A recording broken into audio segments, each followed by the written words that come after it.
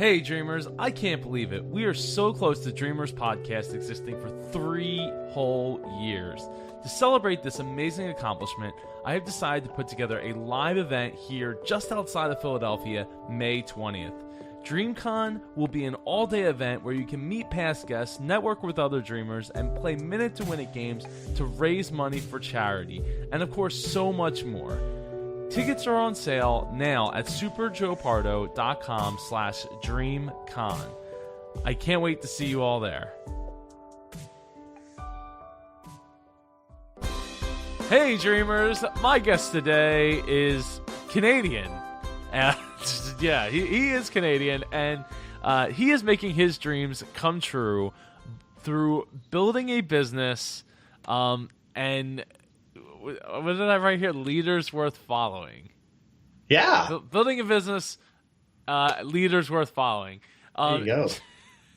I didn't make a lot of sense in the sentence, I don't think. But I don't know, I'm not Canadian, so maybe it does, eh? Dreamers, I'd like to welcome to the show Mark Sears. Joe, it's a pleasure, and yeah, that's a good intro. I love it. We're all about developing leaders worth following, so that works. Oh, okay. So the business, you're building a business, and is the name of the business Leaders Worth Following? No, the name of what we're building is called CloudFactory. It's literally a factory in the cloud, so it is well named. But in the midst of building a business, our business actually is people more directly than ever. We're an on-demand workforce, so we have about 2,500 people in Nepal and Kenya, and with the privilege of most of them being 18 to 30-year-olds, we get to engage and help them become the leaders of the next generation. So, yeah, we are developing leaders worth following. Wow. Okay. Wow. That makes so much more sense than how I was reading it. So I'm sorry for butchering it. No, it's great. My apologies. But so that really sounds awesome. So why don't we, because I mean, there's a couple different facets to you and what you do. You're Canadian. You live in Nepal generally? Is that like... I lived there for about 6 years. The last 3 years has been mostly back and forth. We've got our U.S. sales and marketing office here in North Carolina. So, and then we've got an office in Kenya. So, kind of all over, and get back to Canada once in a while. But, yeah. Oh, that's so awesome. Okay, so there's a lot we could talk about there. But why don't you get started by talking about your background as a whole? Sure. Yeah, I'm a computer geek through and through. Computer science in university. Man. Yeah, I love it. And so I love technology. I love to create. I love business. I had my business minor, so always been, fairly entrepreneurial, wanting to get into trouble, creating something, hopefully making a profit. And so for me, kind of from that background, I found myself with my beautiful wife on a 2-week trip to Nepal, where we met some really smart computer engineers and kind of partnered together, and started as training and turned into a paid project and turned into a company, and eventually CloudFactory and a whole bunch of other people kind of came in behind a pretty cool, pretty ambitious mission. And here we are, right? We're this tech startup. We're a for-profit, profitable tech startup that's scaling and growing, and solving a lot of great business problems for companies around the world. And at the same time, we're creating meaningful work for people in specifically right now Nepal and Kenya, where it's about 40 to 60% unemployment. We have a ton of people that are super smart, very talented, very hardworking, but we talk a lot about the world being flat, but unfortunately it is not flat. The internet does not instantly make it all flat. Airplanes and my man Bob said it is flat. I'm sad to hear that, because I really like Bob, B-O-B, but yeah, it's not flat. It's not flat, but it's getting there. And we're trying to do our part as well, and kind of connect the dots and invent something that even sometimes beyond technology, we're sitting here doing this interview, not that far away, but, we're doing it over technology. And so technology is reducing the distance between everyone on the planet, but there's still there's still a lot of other, even culture things and other time zones. There's just a lot of realities to the world becoming more and more flat and kind of changing how we get work done. So that's somewhere in there lies a lot of my dreams. But yeah. Yeah, we'll tell you what. Why don't you go through explaining the business model a little bit more in depth? Because it sounds really cool as far as like getting people involved from like Kenya and Nepal, and I'm sure that, and I have to imagine that isn't where the end of the road either is. Exactly. Yeah, I think we're just getting started, but yeah, in terms of business model, I mean, I think the best way we think about it is, that it's called CloudFactory for a reason. We see the cloud model. We've seen computing, storage go to the cloud, and we think labor, at least routine, repetitive labor is going there as well. So you look at companies like Amazon Web Services, Microsoft, Google, all of them have these clouds, and essentially what they've done is they've gone around to strategic low-cost locations. They've built massive data centers. And we often forget about that, right? We forget that there's people that are actually there that are building and installing servers and racks and maintaining them and electricity. And, there's a lot of heavy lifting. These are massive, millions of servers that they have. And then they build virtualization software, and they abstract and rent out slices of computing and slices of storage out to the world. And that has really changed a lot of things in the last 10 years. And that same kind of approach is what we think is happening for businesses in the area of labor, of getting kind of digital work done. And so for us, it's the same thing. We go to strategic low-cost locations, find amazing talent surpluses, really smart young people, and we become the best gig in town and the best opportunity to enter the global economy via a digital job, and we layer a bunch of technology on top. We've got about 50 engineers that have been working for years to build the future of work, and then we rent out slices of that workforce to growing companies around the world. So that's what we're up to, so it's a lot of technology. It's a lot of culture, and it's a lot of fun because we've got this kind of micro multinational startup in 3 different continents. So what I'm envisioning is something like, and I would imagine you've watched Silicon Valley, right? Yeah. So the end of the last season, there was a click factory or like a click shop in India. And It's just like this endless sea of people with computers just clicking. Yeah, you know what? You're spoiling it for me because I've seen that, but I haven't actually watched that one yet. But, man! So okay. Don't spoiler alert anything. Yeah. But I do know. It's been like a year, so I figured it's probably pretty safe. But it's true. I'm catching up. I've been busy, man.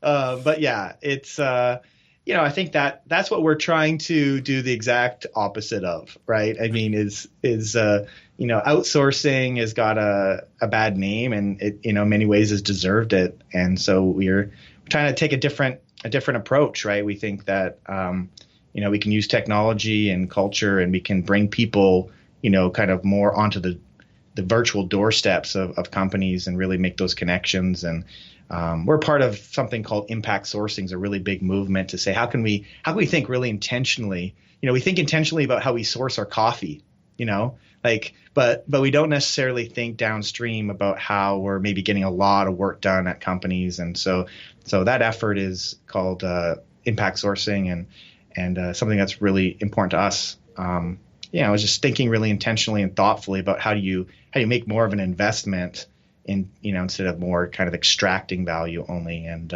we think that it all works together. It's not out of a nonprofit mindset. It's out of a mindset when you really invest and train and the reward comes back to everybody involved, right? Our customers and clients get better quality work done. Our workers are enjoying their work and seeing themselves grow and getting more opportunity, and so they take more ownership over that work and they do a better job. And so that kind of virtuous cycle happens, and we're seeing that happen right now in the business, and that's causing us to grow and create more opportunities for more people and solving more problems for customers. And I'm like, hey, this is good. This is what we set out to do, and we're starting to see it happen. Yeah, I mean, so not just doing like mindless clicking, right? Like, you got 5 minutes of training, and now you're set up for life to sit there at a computer and click away. Actually performing tasks and being trained in like actually trained in skills that are employable. Yeah, and what we learn, right, is there's this definite path of promotion, because some people come in and we've got a lot of work that is very straightforward, repetitive work.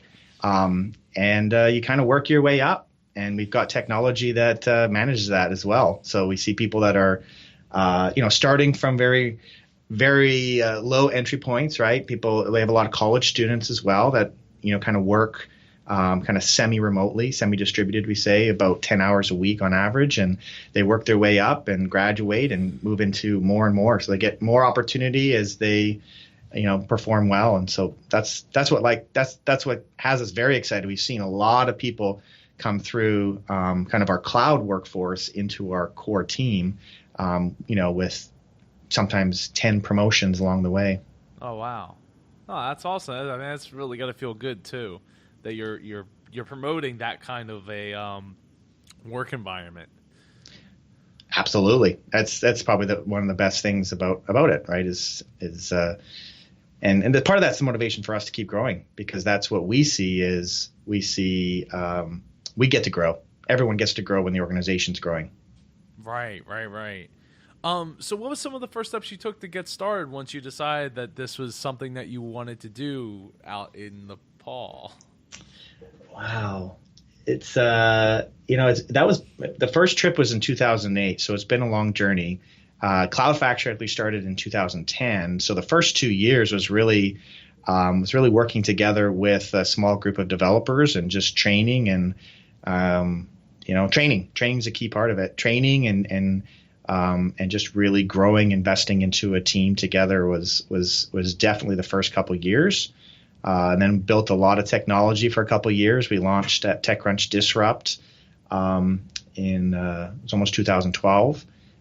We started with our first 25 cloud workers then. So we put 5, we call them cloud workers. We put them in a team, and we started iterating to see how often they should come into the office versus working from home, and really kind of building a culture around our workforce model. So just kind of kept building and growing from there. But early on, the first steps, I think, were really around training and team, and in many ways continue to be. Wow. Okay. All right. And how did your family take this idea of you, like, because I mean, you're from Canada, you're visiting Nepal, and then that turned into you said, was it 6 years living there? Yeah. So at the time, me and my wife, we're Canadian, and we took an opportunity to work in the Middle East for about a year. And we did it because we wanted to travel. Like, before we have kids, like, let's go see some of the world. And Nepal was definitely on that list. So we went. There was no intention to stay more than that 2 weeks. And that first year was hard. I mean, my wife and she was back and forth, and we didn't know where we were going to be going, if we were going to stay or anything. And so, and you go from being literally I think at the time we were in Doha, Qatar, which was, I think, second most rich country in the world. Canada is considered one of the most, happiest places to live in the world. And then you go to Nepal, and it was hard. I mean, the first while was hard. It was harder probably for my wife. She's amazing, and I think it was a bit of a slower ramp. But she fell in love. It just took a little bit longer, I think, to get over some of the third world, developing world physical realities. But for us, we fell deeply in love with the people of Nepal and the nation. And we had our 2 kids while we lived over there, and they consider it to be home in many ways. And we, our lives have been forever changed, no question, by our experiences there. And in terms of the wider family, Yeah, they like to have us home, closer to home more often, but Canada's cold. I figure. Well, Nepal's I pretty cold, isn't it? No, it's actually pretty good. Yeah, because Kathmandu is in a valley, and so I mean, I think it snows about once every 7, 8 years. I mean, yeah, no, it's actually. I mean, Really? maybe relative to growing up in Canada, it's warm, but it's not bad.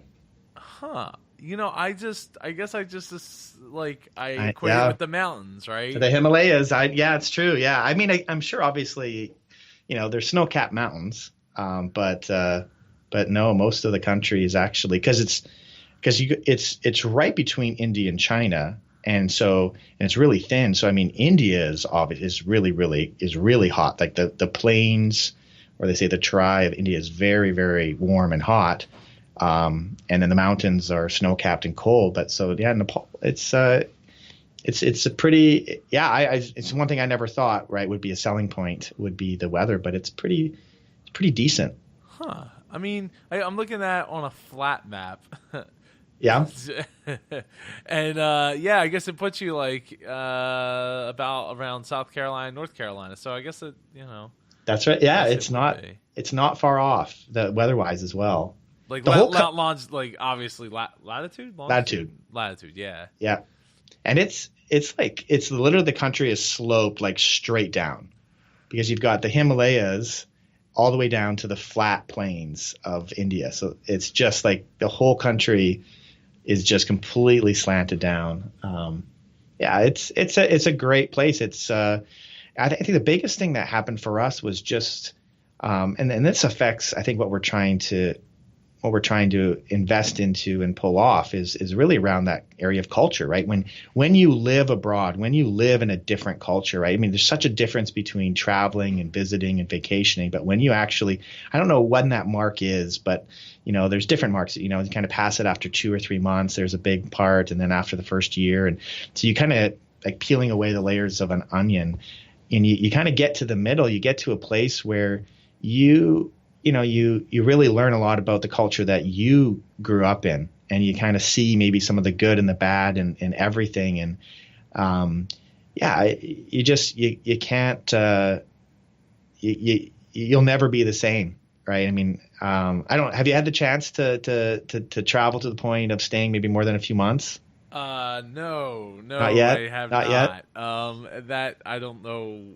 That's going to That'll come at happen, some point. I can think, but but not yet. no, not yet. Haven't gotten there yet. Well, that's it. It really is amazing. The opportunity for us was no question. We've received more from our experiences of working with people in Asia and Africa than we've been able to give, no question. And a lot of that is around just the opportunity. I mean,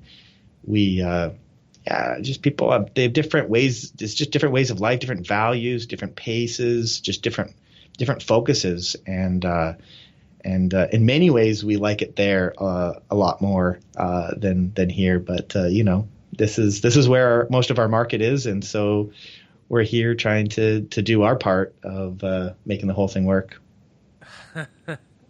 Yeah, that's it's something I'd like to do. I mean, I've only been on my journey for 3 years, so yeah, so this is still relatively new to me. And prior to that, there's no way that I would have been able to go live, being in a family business and all. It just wasn't going to happen. It was Yeah. not in the cards. Yeah. So yeah. So anyway, now that I've looked at a map and seen some things that I'm like, I didn't realize that was there like that. I know. Yeah. Yeah. So okay, all right. What's been the biggest roadblock for you? The biggest roadblock. That's a great question. Well, I wouldn't say it's been a block yet because we haven't been blocked as in stopped, but there's certainly been a lot of things that have slowed us down and been things that are obstacles we had to go around. I probably would probably point to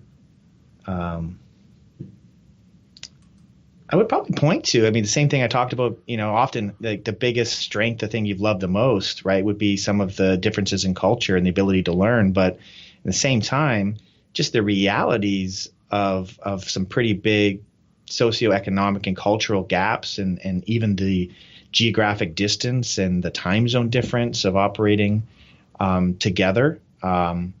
It's hard enough to keep everybody aligned on the same page when you all come kind of from the same culture and are coming together in the same physical office. When you start changing those components and you start having people that are literally 10, 12 hours, difference of time zone, it's 24 to 30 hours worth of flying to get there. And you have people that come from completely different, diversity is beautiful, but it can be challenging as well. And so I think in many ways that's probably, what I love the most, and what's also probably the biggest challenge and reality of what we're trying to pull off. Yeah, I gotta tell you, Mark, like one of the things I love about traveling isn't to see things. Like I really don't care about seeing things.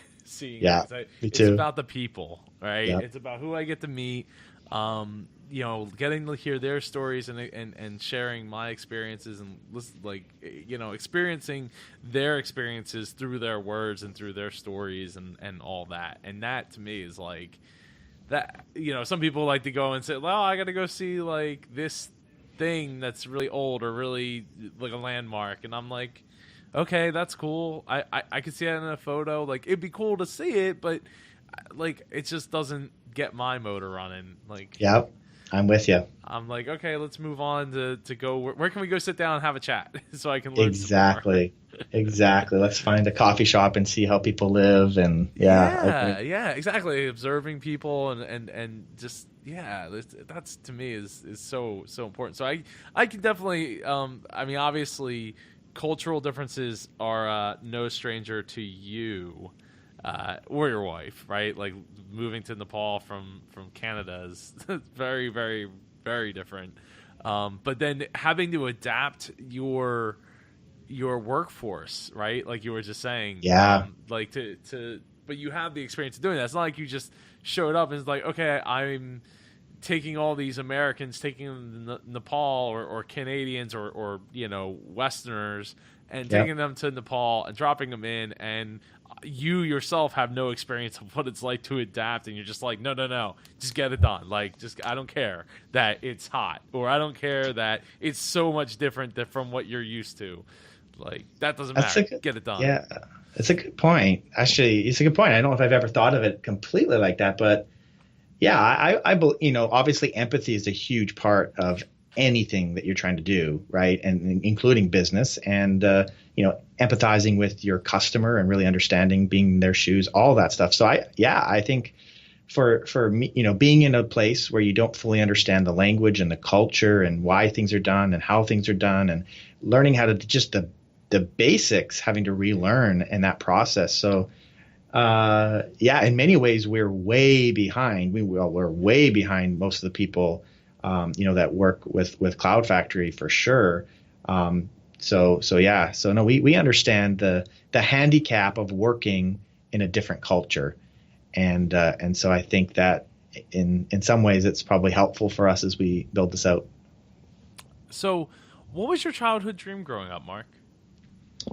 I think like a lot of kids, you have different ones at different stages. I know when I was in grade 2, I was crazy about computers. I mean, this was like Apple IIe, and I would do anything in terms of getting my work done, or doing anything I could to get on that computer to do. I think it was logo programming, like the little turtles, like this little. They called it a turtle, but it was just a triangle that you had to like program to go around the screen, and it was really, really basic. But I remember just absolutely being passionate about that, and so that idea of programming, I think very early on was a dream for sure. I think that changed through the years. I know I think later I was convinced I was going to be an architect. 100% convinced I was going to be an architect and build buildings, um, and and then played a lot of sports and thought, you want to do that as well. So yeah, I don't know. I think probably the biggest theme though was building and creating, right? From programming to architect. I've just always enjoyed creating something from nothing. Kind of the blank piece of paper, and just creating something out of nothing is just very, very exciting and rewarding. And I think that fits probably with the entrepreneur side. That's the part I love. Were you a big SimCity fan? You know what? I wasn't actually, but that would have fit. No? Probably Wow. My parents just didn't buy it for me because they thought I'd be locked up in my room for a few days every week. You would be. I mean, I think obviously. I would have been. I think I would have been. You're right. Yeah, that's right. I mean, that definitely made a huge difference in my life.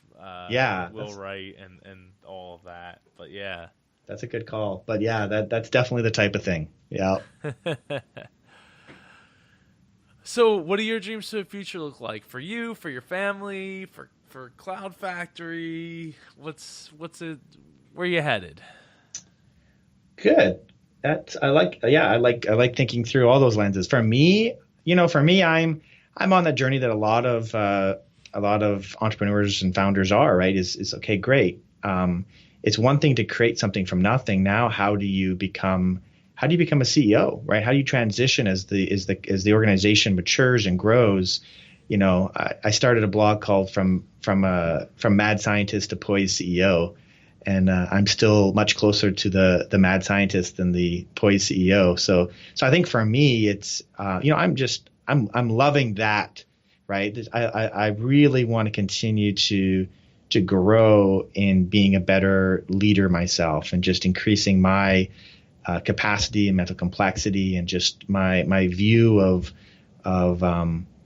work and the role that plays in my life and my family's life. And so for me, that's the journey I think that I'm really excited about. That's a lot of my dreams are in that area, because I see that as I grow, then I'm able to have more, accomplished in my dreams, right? Like I need to be a better leader and increase capacity and all that to be able to really maybe accomplish other dreams. So that's what I'm focused on for my family. My son is 7, my daughter is 4, and we're just at a really fun stage of life, and we've had the opportunity to travel a lot, and we look forward to doing more of that. And seeing kind of where will we be over the coming years in terms of living and learning about other cultures. And I get excited when I see my kids just interacting cross-culturally as well, even here in North Carolina, right? Going to a school where, a third of my son's class, grade 1 or in kindergarten at least, didn't speak any English, had to go to ESL, and he'd learn how to play with kids and to communicate when they don't speak the same language, they don't speak, and so seeing them in those situations thriving, and we're having fun as a family, and I think we're excited about trying to make the world a little bit flatter and a little bit more flat again in all senses for our family. And then for CloudFactory, we have a big vision, right? The dream is to connect 1 million people to online work. And not just connect them to work, right? For us, there's a second component of that, and that's where it's kind of the developing leaders worth following. So work is a great way to engage people, but you want to see growth. You want to see people that are not staying in the same job forever. All right, we consider a success when people leave and go on to do even greater things. So. So there's a breadth and a depth to the impact of our vision. The breadth is 1 million, but the depth, is equally ambitious in terms of developing leaders worth following.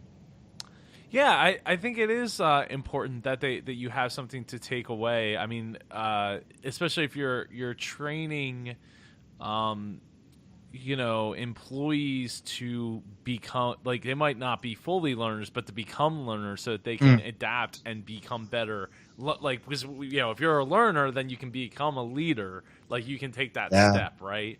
Yeah. Just like being a kid and getting as you get older, you get more responsibilities and you go through the process. But the thing is, if we get to that point where it's like we're not willing to learn, then well, we're probably old. And honestly, I don't want to get to that point. Like, I'm with you. Because if we're not growing, we're dying, and that Yep. That's good. To be able to push our boundaries. So yep. There's an internal growth engine, right? I completely agree. It's that learning, curiosity, personal growth engine, right? That when you learn how to kickstart that, the earliest you can do that, and then in continuing to maintain and refine that internal growth engine. I completely agree. That's awesome. Well, if you can bottle up that process, I think that you got like a multi-billion dollar idea right there to affect billions of people and make like it's true insane amounts of money. It's true. It's true. I think it's not just a process. I think it's an environment. I think that's what we're learning, right? It's probably 70% environment. Like there's probably 10% that's content. There's probably 20% that's coaching and training and mentoring, and there's probably 70% is the environment that you place that you're within. And so I think, like you said, you have to be within a growing environment where people are rubbing up against each other and being challenged and raising the bar constantly. And when everything like that, so it's not just a process, not a book that you can read, right? You have to be reading books within the context of being able to almost have that playground to really live it out. So, yeah, that's interesting. I mean, to a certain extent, I don't personally read a lot of books. Time is a factor in that. And I'm a very slow reader. So for me, like, that's not a thing, but I'll totally watch a documentary. I'll watch 10 documentaries before I read one book. I agree. But that's how, I process information, and I watch those documentaries like while I'm working out. So I'm like doing two things at once, trying to condense the amount of time, and you're trying to flatten the world. I'm trying to flatten like space and time. Yeah, well, I'm totally with you. Podcasts, documentaries, it's blog articles. I mean, it's content, right? But even that, like, I agree. Even that, any type of content is probably only a small, like 10% of that process.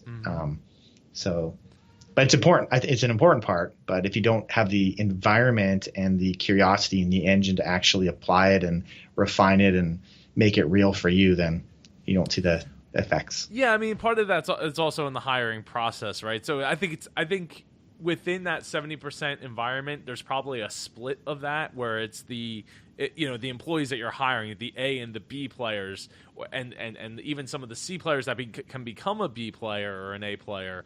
That is really important as part of that when you kind of capsule environment. What percentage? I tend to, like, if I had to take my stab at it, of the 70%, I think it's like a 60-40 split.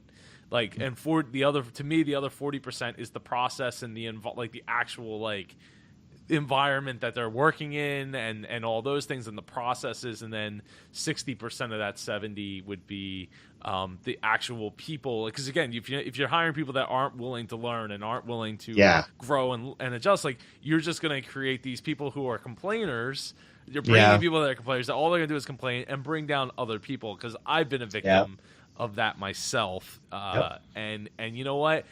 I am one positive dude, but after a while, it really wears you down. It takes much more energy to keep it going. The rotten apple can definitely, we've all seen it, no question. And and I agree. I think that maybe that dimension of the personal growth engine, right? It's applied to everyone as a different individual, right? So, that 100% is going to be applied to people that are on completely different growth trajectories. And that is based, like you said, on, the capacity that people have to grow. And that does vary.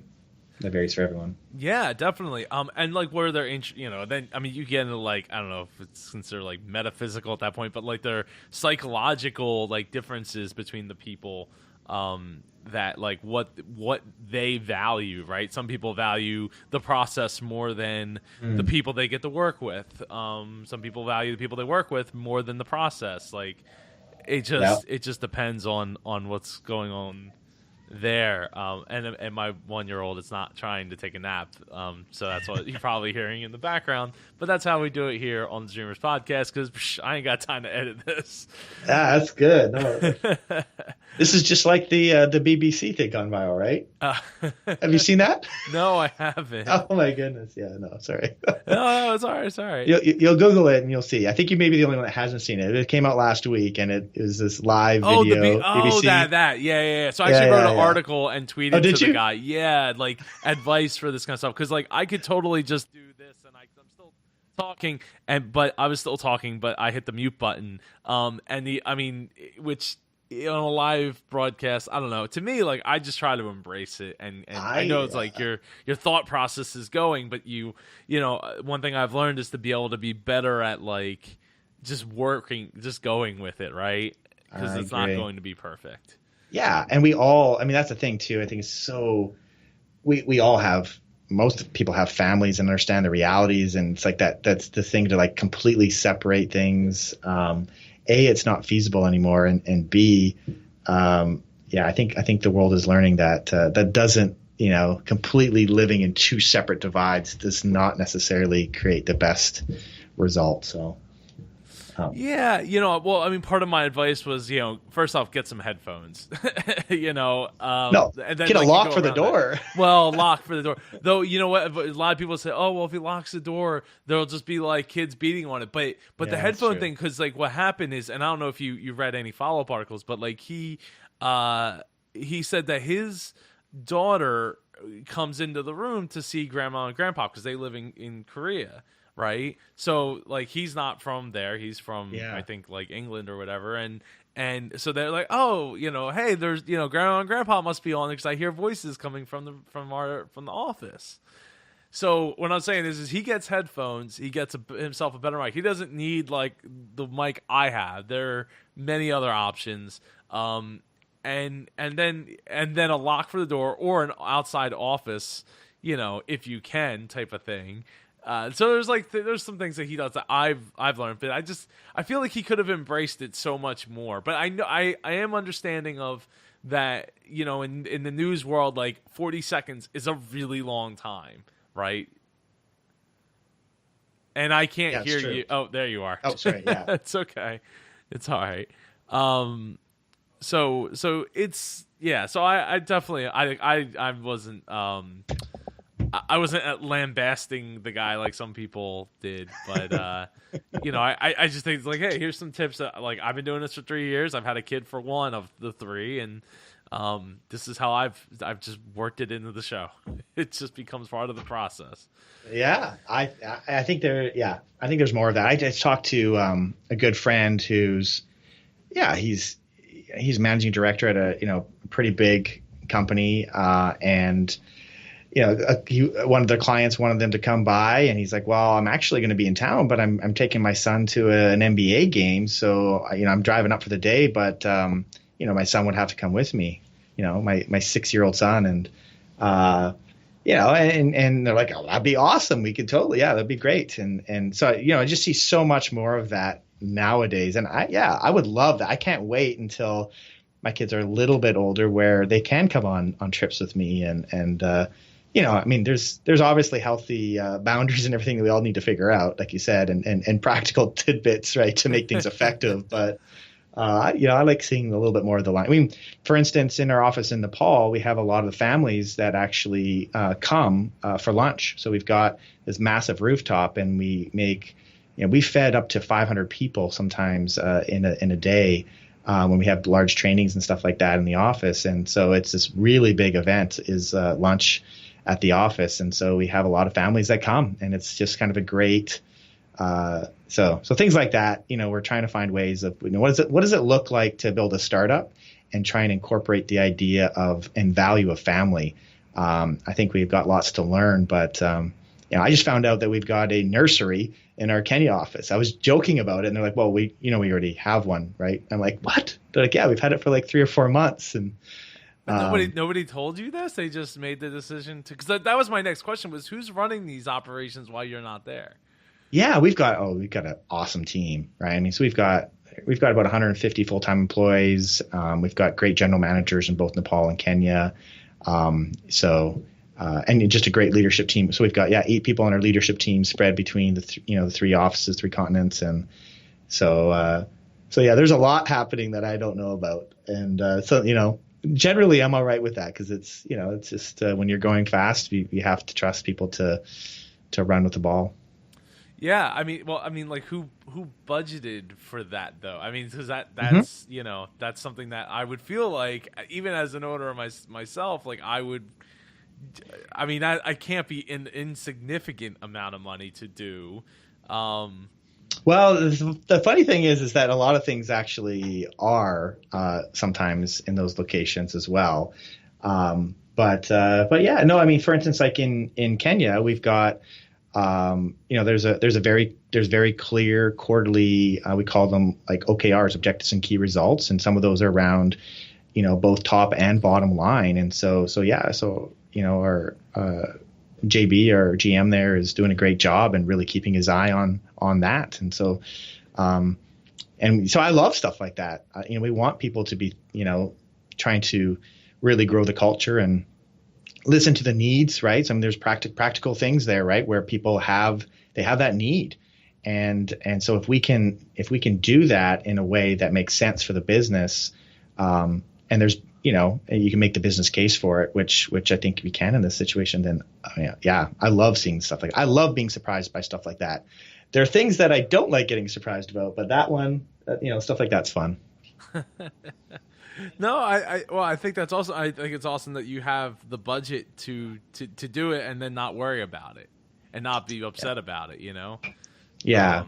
But that means you're doing the right thing. You're doing the good job as far as making it so that it's something that's like that. An expense like that isn't like catastrophic to the business model.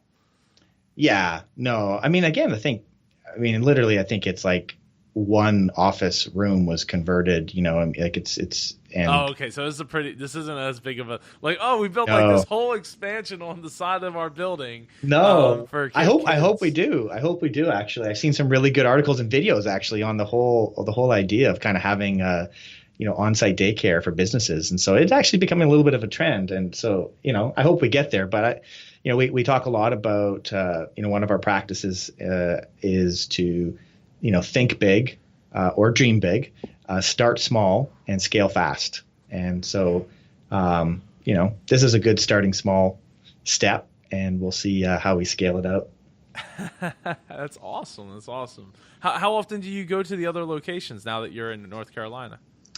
So Nepal is a much bigger operation. So I'm definitely trying to be there a couple weeks every quarter.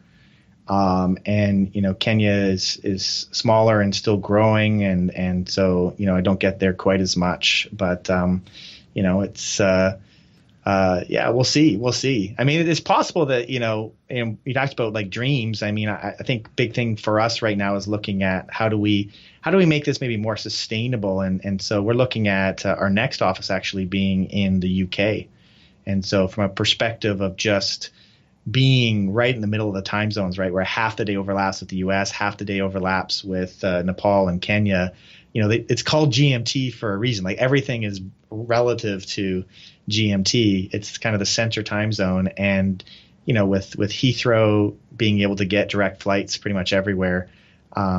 So that's something that could be in our future down the road, both for the company and potentially even for me and my family, right? Just in the area of exactly needing to be in every office fairly regularly, because I find when we lived in the Nepal side, it was really hard to really stay up to speed on this side of the world, and when I'm here, it's really hard to stay up fully there as well. So that might be my hack, is to have some of us relocate into the middle and kind of a corporate headquarters in the UK. It's something we're kind of looking at right now. So you like rain and fog? I mean, that's like a thing for you, I guess.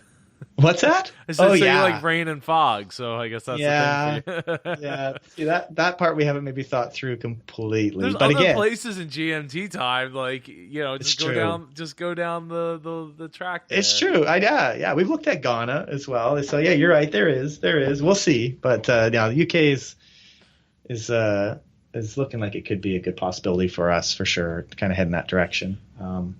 But I mean, again, relative to like 10 feet of snow, I mean, right? It's still better than 10 feet of snow when I grew up in. Yeah, I'd agree. I mean, the only thing I would say is well, because I mean, you have kids, so it's a little bit different. But like, being able to just work from wherever you are, and making it work that way with your business is,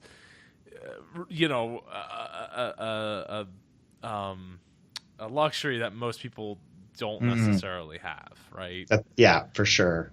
For sure, yeah. But I think that's important. I think that's the whole point as entrepreneurs, right? Is kind of lifestyle design. So I think both for me and my family, but also for a lot of other families, right? It's thinking through that is, hey, like the business should be serving some of the purposes and goals and dreams that we have as well. And that doesn't mean it doesn't always work completely that way, but it's definitely another input into a lot of the decisions that we make. And so I think that's for some of our team, early on when we're just really, really going hard, and there's so much excitement around what we're building, it's easy to our executive team is having calls. I mean, a lot of our company is having calls late at night and early in the morning and lots of different times. And so, yeah, it's nice to continue to find ways to make that time zone difference a little bit more manageable.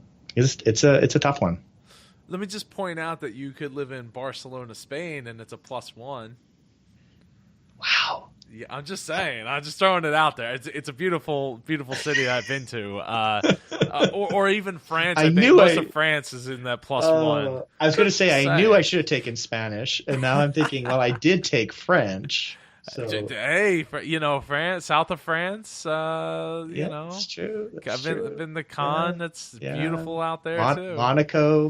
Yeah. I mean, it gets you a lot closer than North Carolina for sure. For sure. For the time zone layover, I guess, if you will. I like your thinking. I'm going to open up the. I'm just saying, like London. I mean, London's nice, and I'm sure you'd love to visit, like every once in a while. But if you're picking a place to go live, I mean, the language barrier is a little bit of a thing. But if you live near an area that's like somewhat touristy, like at least then all the shops and everything have English speakers in it. Yeah, that's right. You can survive at restaurants and everything. You're right. Yeah, and you'll believe me, you'll pick it up, I'm sure. You took French, so Yeah, I'll talk to our CFO. We'll see what we can do. But, it also probably is cheaper than London. Though I don't know now with the whole Brexit. I'm not sure if that would still hold up. But yeah, it does kind of feel like things are going on sale in general there. But that is... everyone else is exiting, and we're looking to go in to check that logic. But no, we feel pretty good. We'd be closer to visit all those places, right? That's true. That's true. It's like a short little EasyJet, Ryanair hop down. So yeah, it is, and very cheap. I think the flights from Europe is pretty cheap to fly around. Yeah. So all right. So how can people connect with you, Mark? Well, I'd love to have people hit me up directly. I'm good and bad on email, but happy to have people give it a shot at mark@cloudfactory.com. Otherwise, Twitter's a good way as well. So I'm just Twitter is just handles Mark T. Sears. And then in terms of general, find out more about what we're up to. It's just cloudfactory.com. We're definitely trying to help as many businesses and organizations, particularly work with a lot of startups, to just spin up what we call work streams. So, it's as little as $1,800 a month. You can spin up a couple hundred hours of a work stream to basically have a remote team and a lot of tools to really facilitate and work. And you get a team lead that's there on the ground with them to help manage and train. And, we're definitely reinventing how a lot of that routine work gets done. So that's the best way on the Cloud Factory front is just the website. That is awesome. Yeah, I definitely recommend checking that out and supporting the mission and the cause and the whole everything as a whole. Yeah. And Mark, before we depart, is there and I will definitely have those links in the show notes Cool. at Yep. superjoepardo.com. Is there any last thoughts you'd like to share? I mean, I think, and this the bigger goal, right, of living out dreams, pursuing dreams. I definitely think that I think for me the common pattern has been getting back to the whole like start small and taking steps, right? So for us, we were sitting in Canada. We bought almost a brand new house backing onto an elementary school. We picturing, having our kids walk to that school, and next thing we know, we got a call, an opportunity to go to the Middle East. And 3 weeks later, we were on a plane, and we thought it was only going to be for 3 months, and ended up being a year. And then we went on a trip to Nepal for 2 weeks, and ended up being 6 years, and had, and so I just think that sometimes it is like it's important to dream big, but then it's always those kind of small steps, those small risks that kind of lead to more opportunities, and so yeah, I know there's no formula, but I know for us it hasn't been big, lofty, scary things. It's just been kind of small, step by step, that's led on something that we're definitely really excited and enjoying. Oh, that is awesome. Mark, I can't thank you enough for taking the time out of your clearly busy schedule to come be a guest on the Dreamers podcast, and I'd love to have you on again in like a year or so to catch up and see how you're making out. Sure. Sounds good. Thanks, Joe. I appreciate it. It's fun. Thank you for joining us for this episode of the Dreamers Podcast. Follow us on Twitter at Dreamers Podcast. Join us on Facebook at facebook.com/Dreamers Podcast. If you or someone you know would like to be a guest on the Dreamers Podcast, please send an email to j@jpar.co. This podcast is copyright 2014 by jpar.co.